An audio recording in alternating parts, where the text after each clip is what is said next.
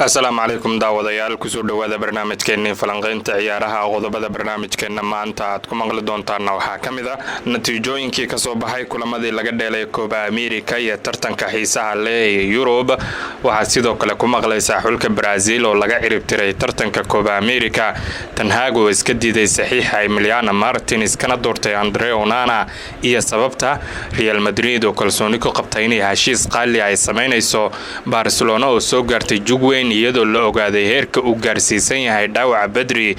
aabaha dhalay xidiga qadka dhexe ee Mikel Merino oo shaaciyay in Barcelona uu ku biirayo wiilkiisa qodobadaas aad ku maqli doontaa inuu ku bilownay waxa la ciyaaray kulamo xiiso leh oo wareega sideedamaadka tartanka xiisaha leh ee markaas Europe League England ayaa rigoorayaal ku garaacday Switzerland xilli Netherlands ay 2 gool iyo gool guul soo laabasho ay ka gaartay xulka qaranka Turkiga xilli tartanka Copa America xalayto Brazil laga ciribtiray rigoorayaalna lagu reebay iyadoo Uruguay xilli ciyaareedkan kacsan tahay xilli Colombia si raaxo leh ay kaga soo gudubtay xulka qaranka Panama haatan waxa la sugi doonaa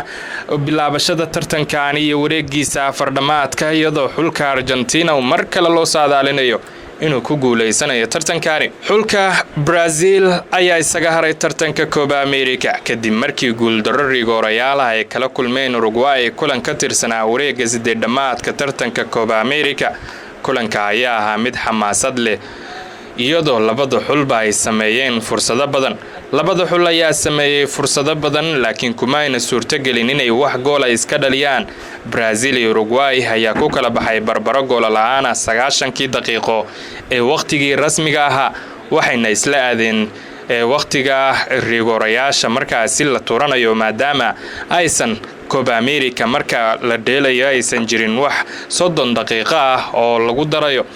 xulka Uruguay ay guusha ku raacday 4 gool iyo 2 waxaana iska xaadirisay semifinalka tartanka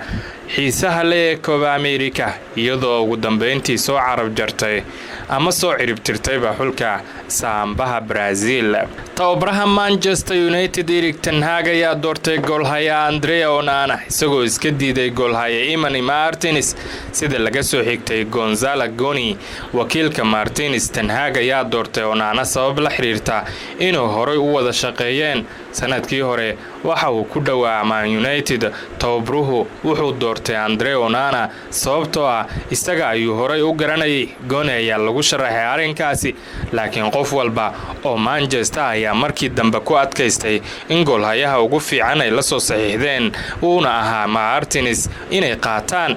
Emiliano Martinez ayaa wacdara ka dhigay sanadadii ugu dambeeyay isagoo xulkiisa Argentina kula guuleystay koobkii adduunka haatanna Copa America kuleelinaya xulka qaranka Argentina Real Madrid ayaa lagu soo waramayaa inay kalsooni buuxda ku qabto ku guuleysiga tartanka loogu jiro weeraryahanka Bayern Leverkusen ee Florentino Perez inta lagu guda jiro suuqa kala iibsiga xagaaga soo aadan 22 sano jirka ayaa qaab ciyaareed wanaagsan ku soo bandhigay Leverkusen intii lagu guda jiray ololihii 23-24 isagoo dhaliyay 18 gool wuxuuna diiwaan geliyay 20 kale caawina 49 kulan oo u saftay tartamada oo dhan Worthy waxa uu dhaliyay 11 gool iyo 12 caawin 32 kulan oo Bundesliga halka uu diiwaan geliyay 4 gool iyo 4 caawin 11 kulan oo Europe League iyo 3 gool iyo 4 caawin 6 kulan oo German Cup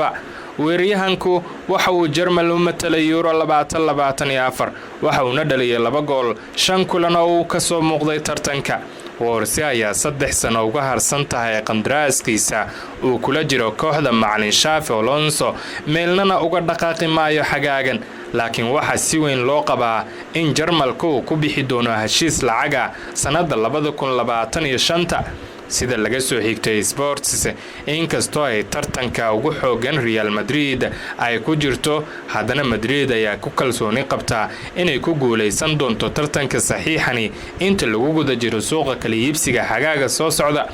warbixin ayaa sheegaysa in Barcelona sidoo kale ay doonayso xidigan halka Bayern iyadana la filayo in xidigana ay soo gacan geliso kooxda ka dhisan caasimadda ayaa booskeeda dhaqaale xoogan ku doonaysa waxayna sidoo kale siin kartaa inay ka faa'iidaystaan kooxaha kale ee kula tartamaya xiddigan ee ay ku soo jiitaan magaca weyn oo ay leeyihiin. Spain ayaa xaqiijisay in Bedri uu soo gaaray murgacasho heerka labaad ee jilibka bidixa inta lagu guda jiray xulkiisa wareegga 8-damaadka tartanka Euro oo ay la ciyaareen xulka martigelinaya Jarmalka.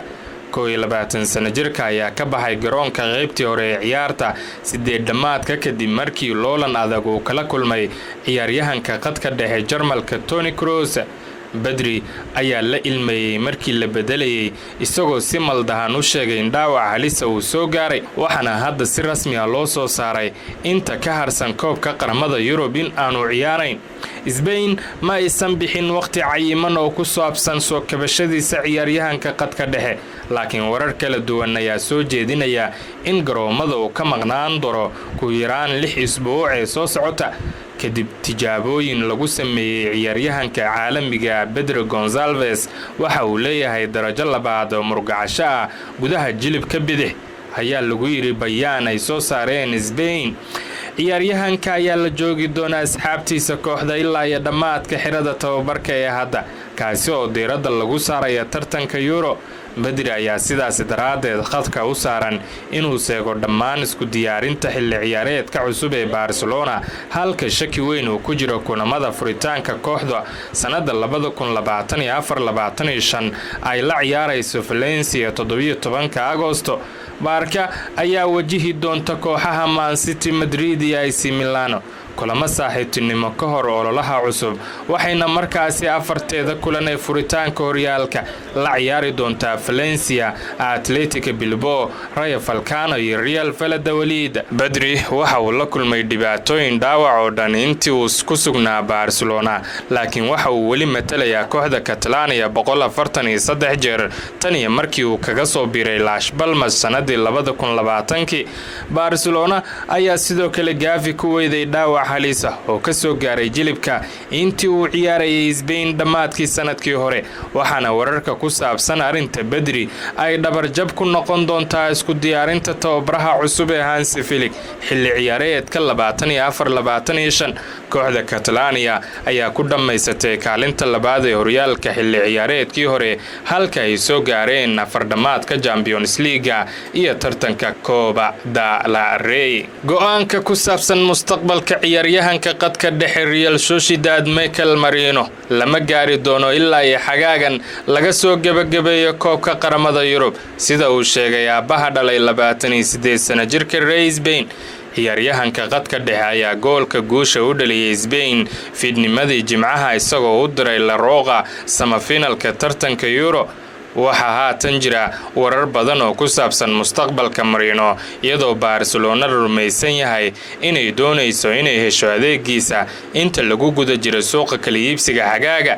heshiiska Merino oo hadda kula jiro Sociedad ayaa dhacaya xagaaga soo socda. tababaraha cusub ee Barcelona Hansi Flick ayaa la filayaa inuu u arko ciyaaryahanka midka ugu fiican ee kor u qaadi kara qadka dhexe ee kooxda ololaha 24-25. si kastaba ahaatee go'aanka mustaqbalka Isbaanishka lama gaari karo ilaa iyo Euro 2024 uu dhammaado, iyadoo La Roca ay haatan isku diyaarinayso inay ka hortagaan Faransiiska kulanka semifinalka isbuuca soo socda. Angel Merino aabaha dhalay Mikel Merino ayaa yiri Mikel wuxuu horeyba u sheegay si firfircoon inuu niyad leeyahay ilaa ay Spain ay soo dhamaanayso ka qaybgalka tartanka Euro, waxuuna sidoo kale ka hadli doonaa wax walba oo mustaqbalkiisa. Angel Merino oo si xirfadaysan u ciyaaray intii u dhaxaysay 1986 ilaa 2003 ayaa u sheegay El Gironquito waxa uu doonayaa inuu ka hadlo kaliya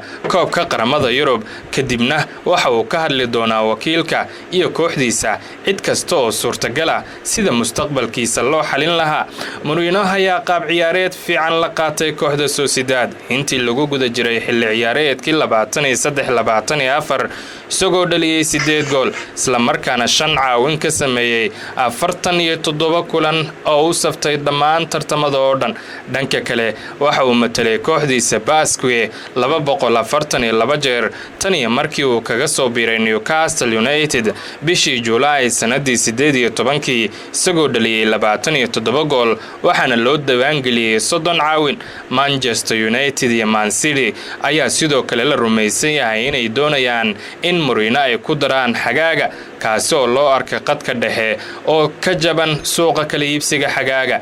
Spain semifinalka waxay waayi doontaa Badri oo dhaawac markaasi kaga maqnaan doona halka Dani Carvajal iyo Robin Nether labaduba ganaax ay ku maqnaan doonaan. sidaas daraadeed xidigan fursad ayuu u heli karaa ku soo bilaabashada kulanka semifinalka tartanka Euro ee xulka Faransiiska ay wajahayaan.